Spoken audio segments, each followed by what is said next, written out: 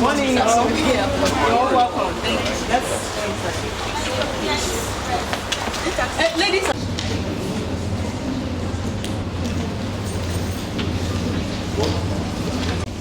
Okay, so good morning once again, and you're welcome to the headquarters of the National Human Rights Commission. We're receiving you on behalf of the Executive Secretary, who is the CEO of the Commission.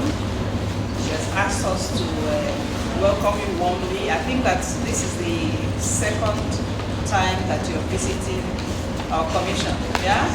So you must really like us a lot. So, of course, you know that at the National Human Rights Commission, what we do essentially is the promotion, protection, and enforcement of human rights. And I'm sure that you know what human rights are all about. So maybe in the course of our discussion, we want to find out what it is that you know about human rights, and so that we will find out if there are new things, gaps that we need to fill in your own knowledge that you already have. And then it will be also interesting to find out what it is that you do in the Peace and Conflict Studies unit, because it's a course that is not very common. I don't know how many universities in Nigeria offer this course. 6 undergraduate level. Undergraduate level. About 10 or 11 in postgraduate. Okay. So, but it is, you know that it's interesting, the courses that are emerging really now because of issues that arise. So you're welcome, and we hope that you have a very, very fruitful visit with us. Are there other agencies that you're visiting? Yes. Global Rights, Institute for Peace and Conflict Resolution, and Red Cross. And the Nigerian Red Cross, not the international. No. Nigerian Red Cross. Okay, so on behalf of all of us, the staff and management of the National Human Rights Commission, welcome you to our head office. Yes. Now, broadly divided into two: promotion and protection. And my own department falls under the promotional aspect of human rights. Promotion of human rights includes education. Under Article 12 of the African Charter on Human and People's Rights, state parties to that charter have a responsibility and obligation to ensure human rights education. And so it's an important aspect, because if you don't know your rights, it's probably will be able to protect it. All right? And so we engage in human rights education. We do a lot of teaching, do a lot of discussions. We produce posters, handbills, we do radio programs, television programs, we deal with writing articles, and educating people on various aspects of human rights. And as you all know, human rights keeps expanding. It keeps expanding. The situation of human rights in 1948, when the Universal Declaration of Human Rights was made, it has expanded normatively and technically. For instance, we are now talking about rights of persons with disabilities.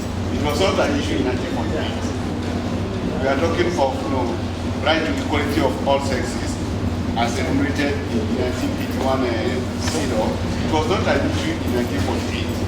And so it keeps expanding.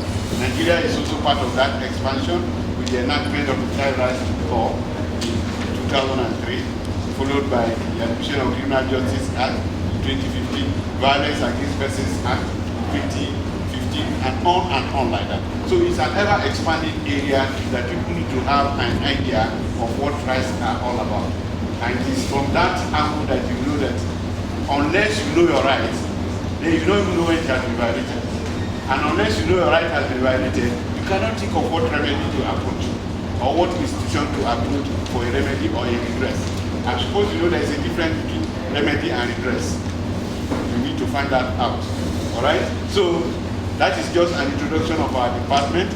As I am made to understand, the main presentations are from the conflict and other areas of the work of the community. Really, I need to have a feel of your understanding of what conflict and peace is.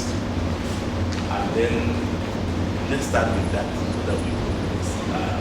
Can I have one? Conflict and peace. Anybody? Conflict. Yes.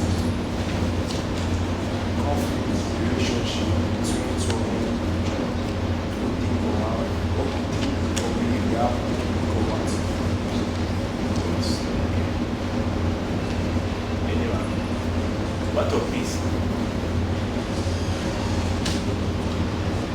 Okay, anyone? Okay, maybe let me start with you. Why are you is you? What do you want to achieve by it? Okay. You can go the course like apply for ABUAD and Not the cause. What do you want to achieve? What is it? being a confident or a mediator. Okay, mediator. Conflict resolution expert. What of it? The same thing you conquer. What of it? Why are we into that?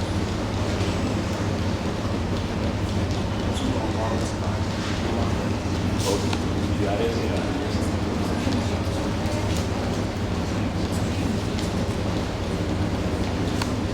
Okay. You see, from my understanding, it's for you to assume that you find yourself in a situation that there's a total absence of conflict. A state of utopia. Completely. There's no conflict with that. So, do we expect that kind of society? We envisage no conflict at all.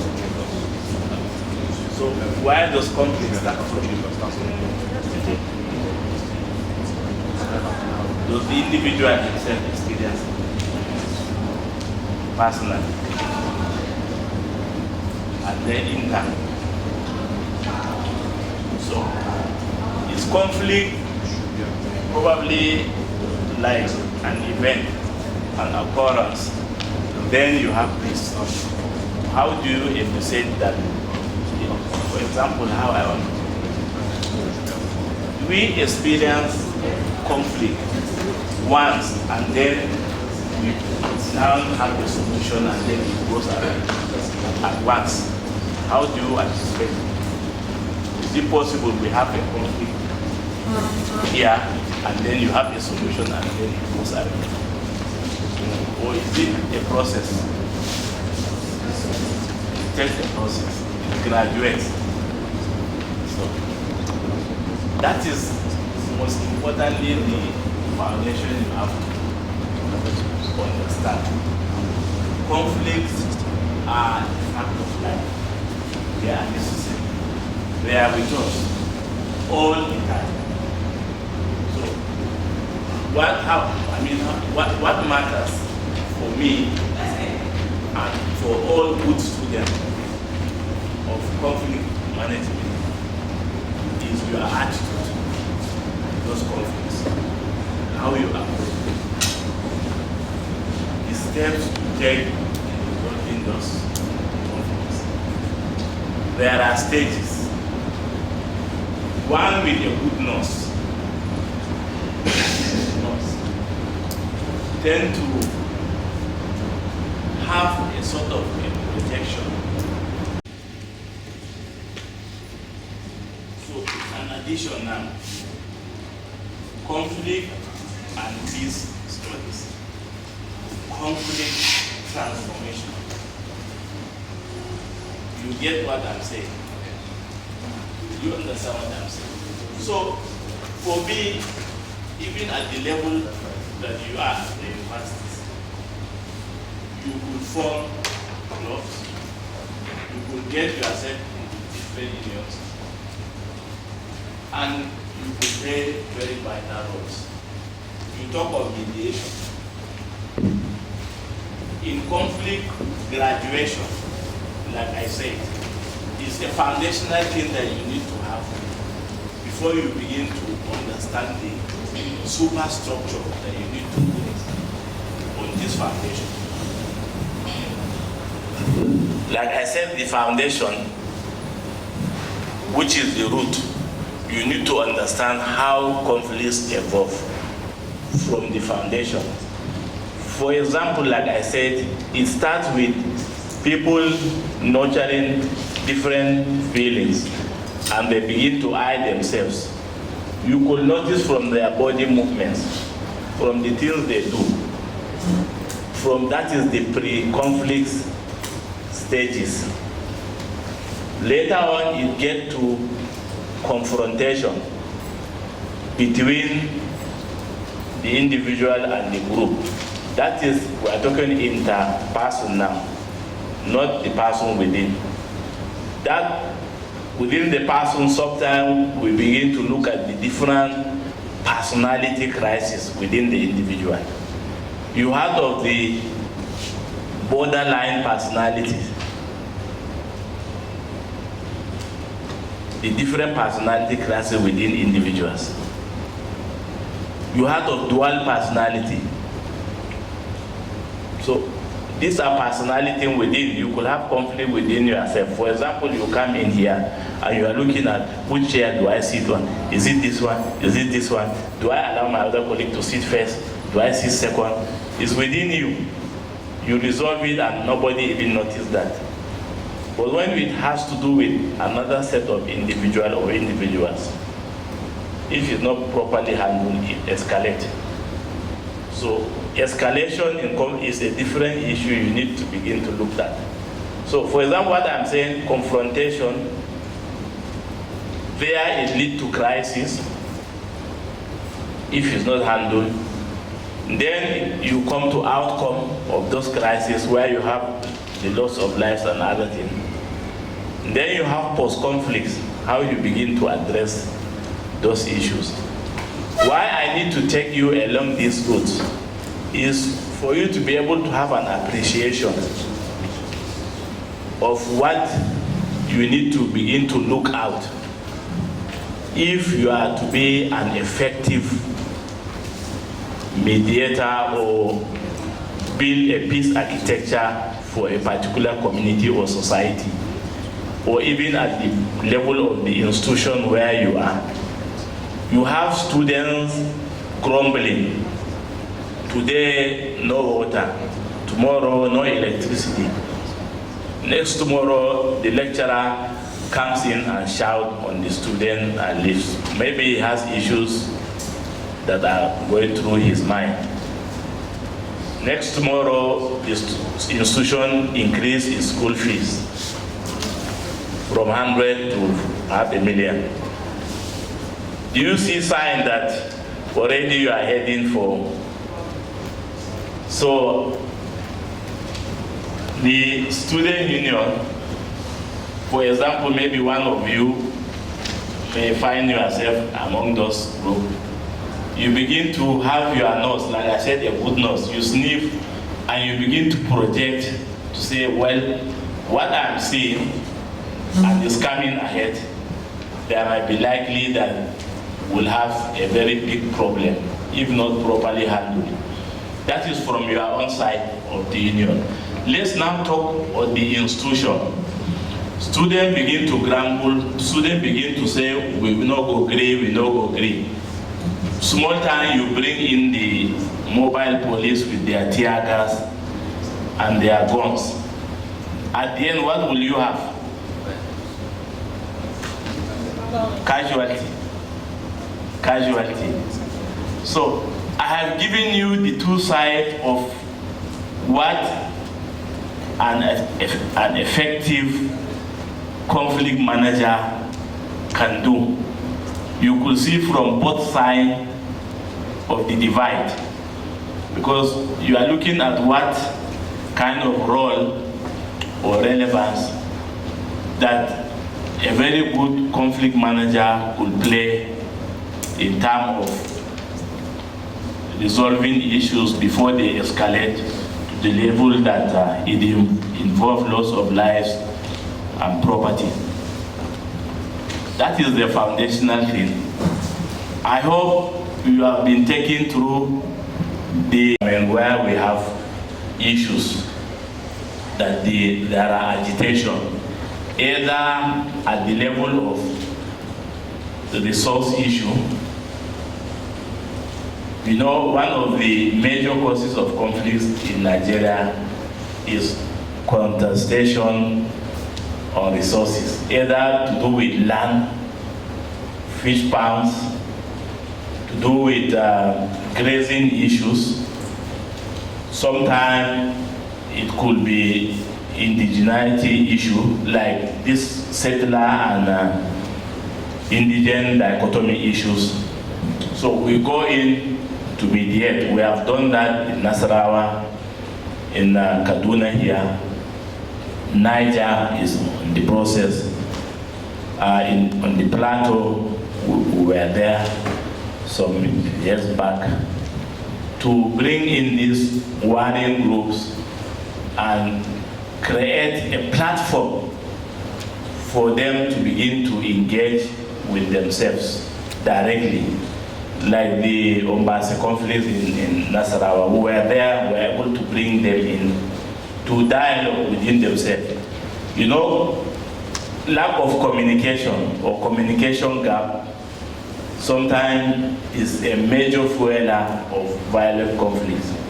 So we create platform for them to interact and dialogue and understand, first of all, what are the reasons why we are fighting ourselves.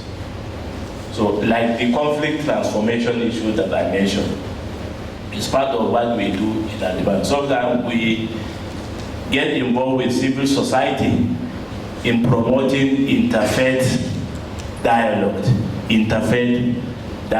So, for example, we organize workshops and seminars at various stages, and we bring in these religious and tribal leaders to come in and interact, to department agencies and other international organizations, to be able to have conflict-sensitive policies and programs by various organizations. Because whatever you do at the end of the day, when people are not satisfied, there will be agitation. Either at the level of education, you have dropouts for the Almajiri system. You need to get involved with agencies of government responsible for education in the area of health, in the area of agriculture and other programs. These are at this level. Mediation at times, that's the community policing thing. Or at various establishments, not necessarily only government.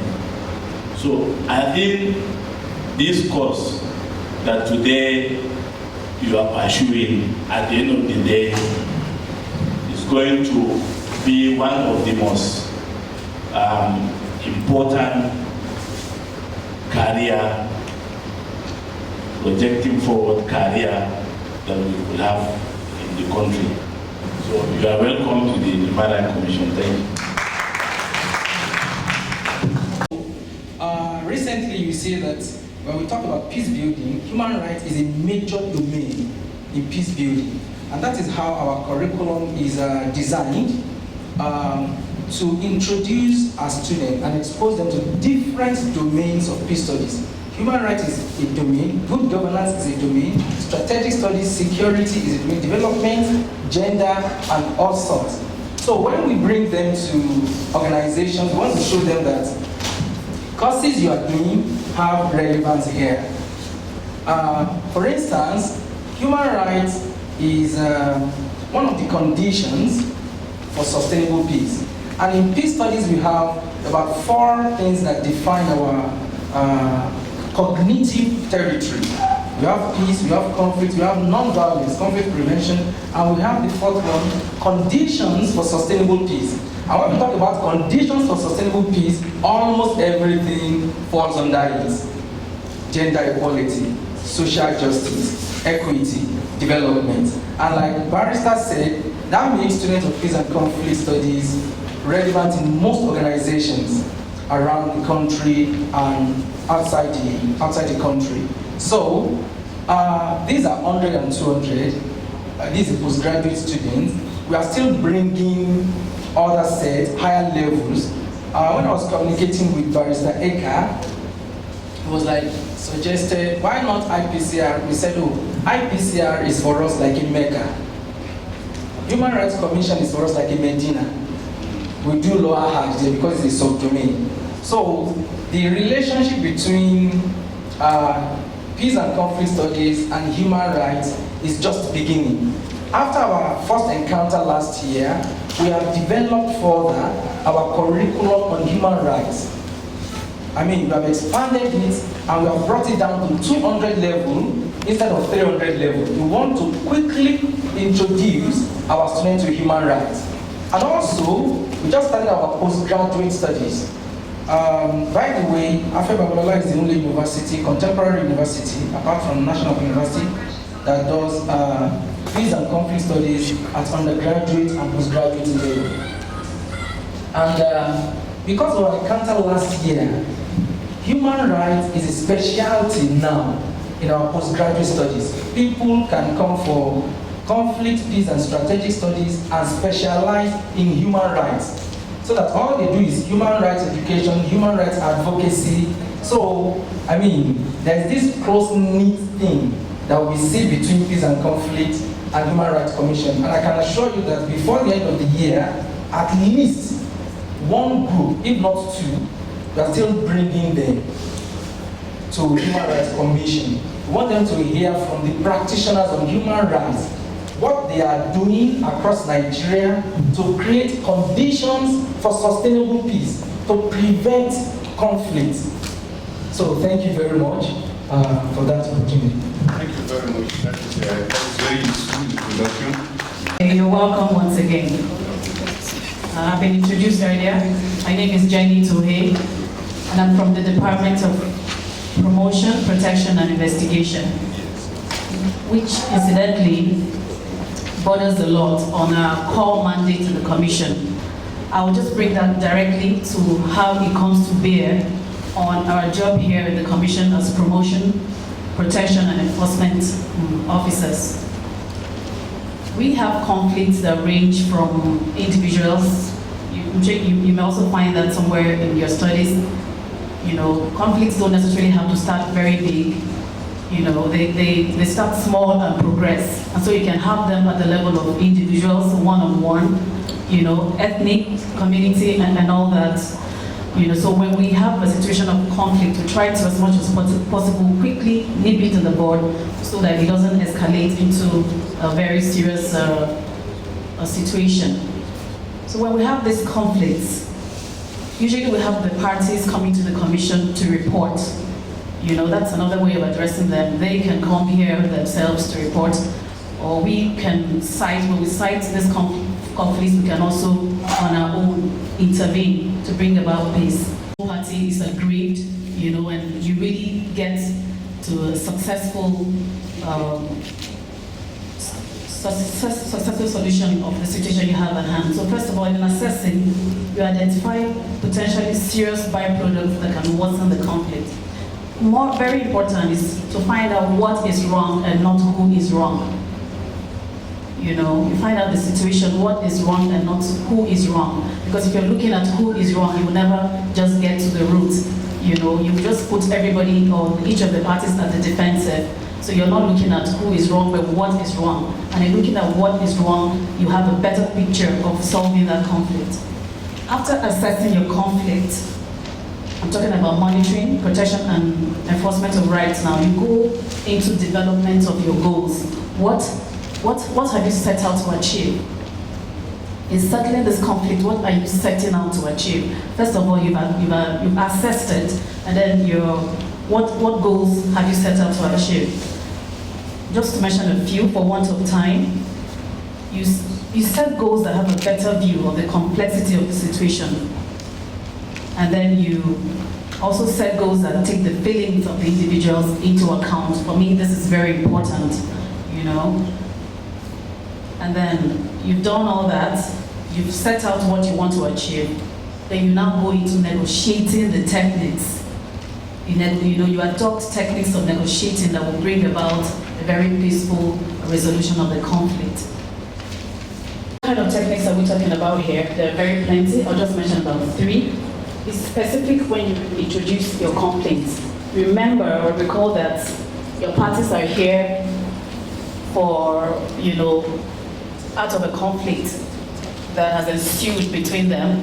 That's the reason they're here. And your job as a human rights defender to protect their rights and even to enforce them is to bring about peace. So the techniques, one of the techniques you're going to adopt is to be very tolerant. Put yourself on the other party's position and be open to his or her feelings. And then terminology that will definitely appear in settling conflicts because parties are involved. It can never be one person. At the level of individuals, it can be 1 or 2 persons involved. And then you can also have it like ethnicity, that's like groups, involving groups. So there are always parties involved. At every point, parties are involved in the issue of conflict.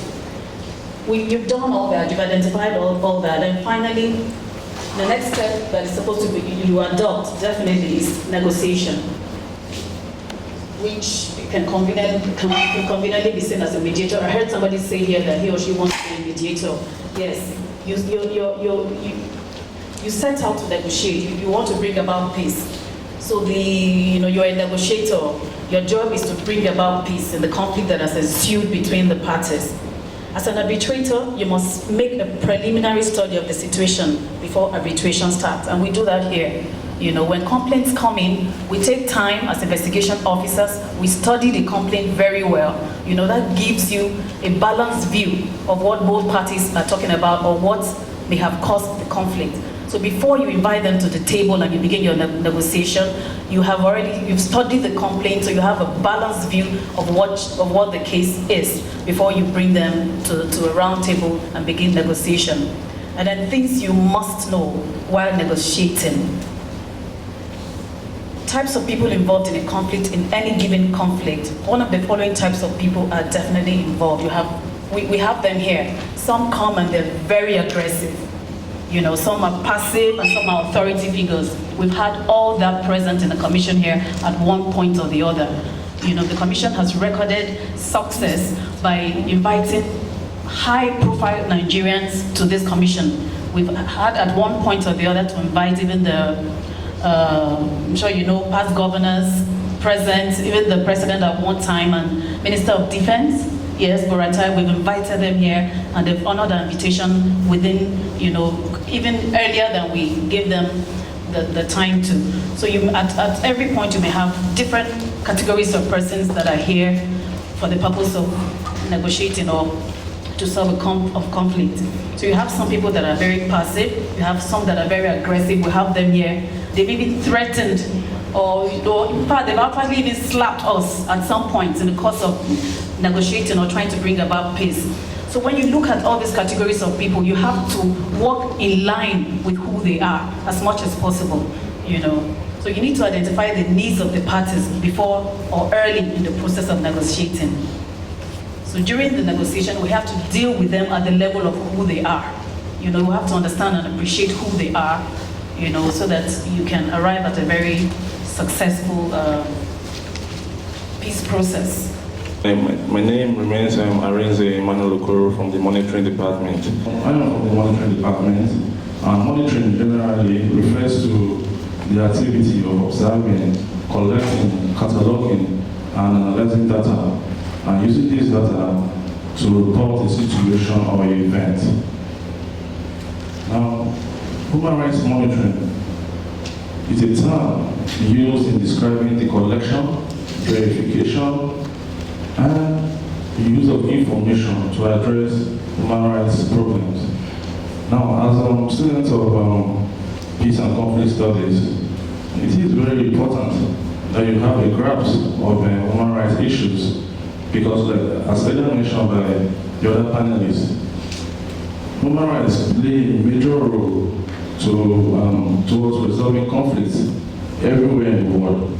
And you have conflicts because some other person feels another person has trampled on his rights. So as a result, you must be able to understand where and when a right is said to have been violated, and also understand how these violations can be treated in order to give the aggrieved party a remedy. So,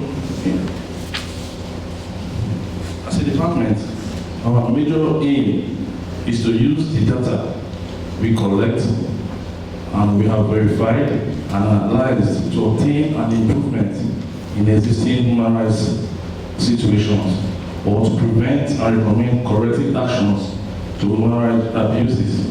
So what I'm trying to say in essence is that when we collect this data, we analyze this data, and we use this data to improve on the human rights situations already existing in the country. People give you information and not brought in any harm's way.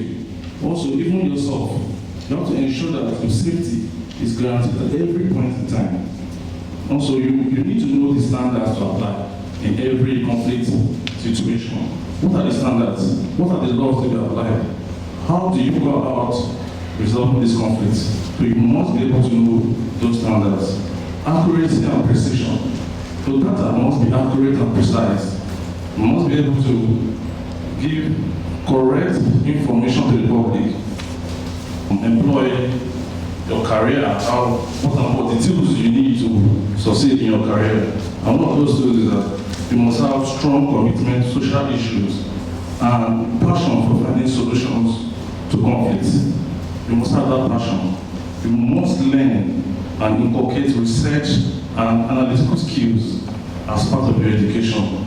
You must be able to analyze situations in order to help you formulate good solutions to conflict resolution.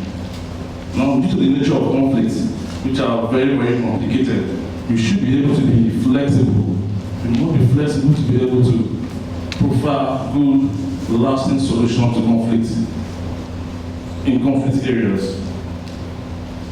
Also, you should be able to learn diverse languages. It is important that you are language proficient. You must learn basic languages, English language, French, and perhaps Spanish or Portuguese. This will help you fit into anywhere in the world. But something that I actually want to point out is that right now you can see a lot of movements and activities. The Commission has a project called Election Violence and Hate Speech. And it's important that I mention it to you, because you may realize that some of the things that may lead to violence, especially around elections, would be utterances from people, things that people say, because when elections draw close, people will castigate one another, cast aspersion on one another, say all sorts of things just to garner votes for themselves, and then turn people against the other. And they are not even aware that these things lead to violence. Because it's if you stereotype a particular set of people, and you say, oh, whenever you see people like this, stone them, kill them, and you think that you're campaigning, And then people who are listening to you are grabbing such things, and it's affecting how they behave one to another. You understand? These are issues that we felt as a commission that we should bring to the fore, and so as to check issues of violence during elections. And so what happened is that based on the 2015 elections, the commission took note, documented hate speeches. And then there were also complaints to us, to the commission, on issues of violence, maybe against a political party, against persons and all that. Unfortunately, we're not able to do anything about it immediately after, because such things are better addressed when it's hot, you know. But now, and the reason, of course, being the resources, you know, to take it a bit further. But now what we're doing is that we have a support, and the commission is investigating, trying to interview the parties that are involved in such hate speeches, and then hoping that one of the results would be that people will realize that people have documented what they have said. It could be in the pages of newspaper, it could be on the television and all that. People documented, people were listening, and you know, and people haven't forgotten, and they can be held accountable for such things. You understand? So that is what we are hoping will be an outcome of this. And we're even going to have a meeting on it, where, as a matter of fact, it's almost running simultaneously, but we're having it by 11, which is past, so they're getting ready. So we have even invited television stations. NTA is here, because NTA, you know, AIT, some people will say, it's paid announcement now. It's, you know, a political party will say to you, place this, and they pay you for 30 minutes, and you use 30 minutes to talk against one person and say how they're about to die and all those things. You know, even some newspapers carried some adverts that some persons, you know, just to try and get, and people thought it was all about campaign. No hard feelings, it's about campaign. You understand? But we feel that it's not just about campaign, it's about how people feel towards one another. You can get people to start to hate a particular person or a particular group just by your own utterances, and people should be held accountable and all that. And so that is also facilitated by the monitoring department, because one of the things that they do is that they monitor a lot of things that are human rights violations or may lead to human rights violations, and advise on intervention from the commission on what to do about it. So we have Human Rights Institute. These are all departments that are relevant to what it is that you do, and then we can take questions from you. So, but unfortunately, since you're the last person, we give you just 2 minutes. So just go to your introduction and go to your conclusion. As a department, we are saddled with two major functions. One of the major is we undertake research on topical human rights issues. Try to find out how and why people violate other people's rights. The Commission has done a lot of researches. We do that by developing questionnaires, going to the field, having identified a particular topical issue.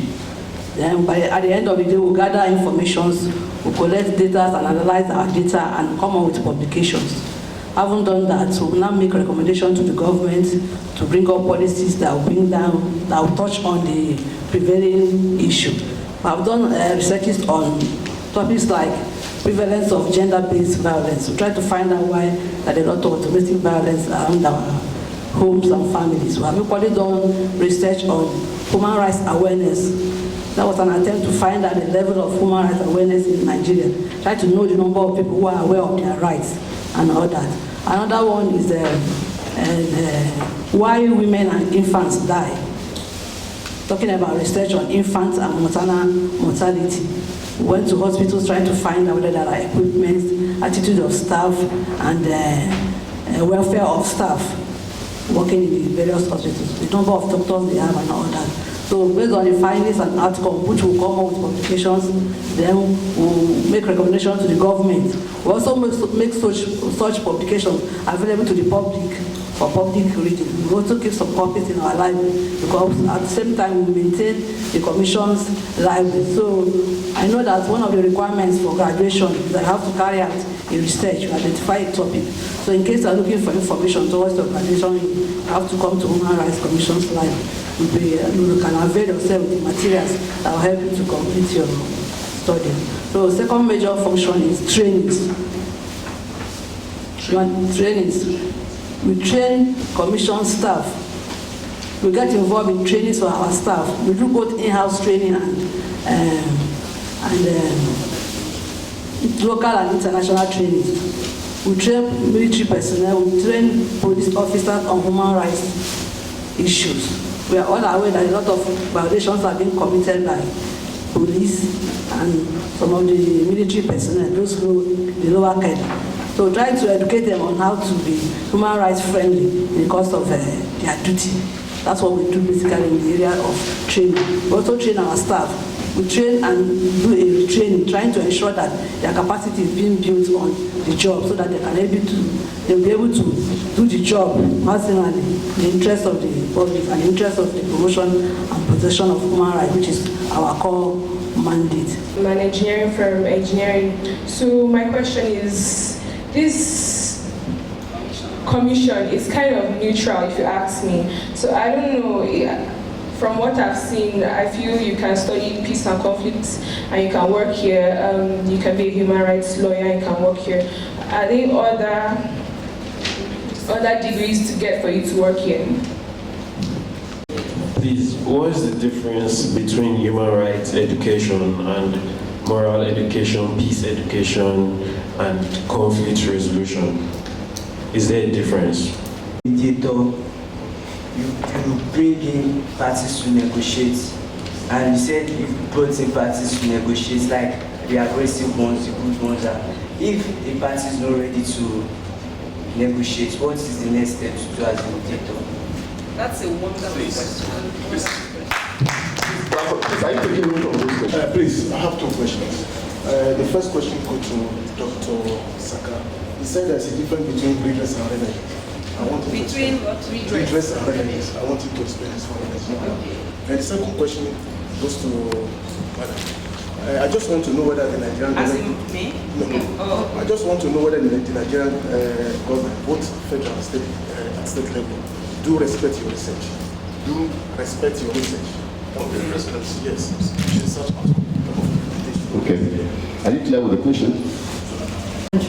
Presently, what is the Human Rights Commission doing as regards that?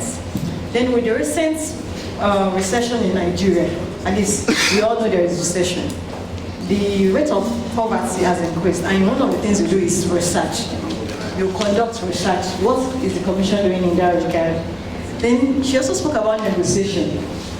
Now, there is a high rate of kidnapping in the country now. Can you negotiate on behalf of a kidnapped person? Can we? Can you negotiate on behalf of a kidnapped person? Important, yes. All human rights are important. In fact, they are independent and are interdependent. You can't do without the other. You know, you're seeking for right to life. There's the issue of right to health. If you don't have right to health, you can't have life. And if you don't have the life to life, you can't enjoy good health. So they're all equally very important. They're interdependent. One cannot do without the other. I hope I answered right.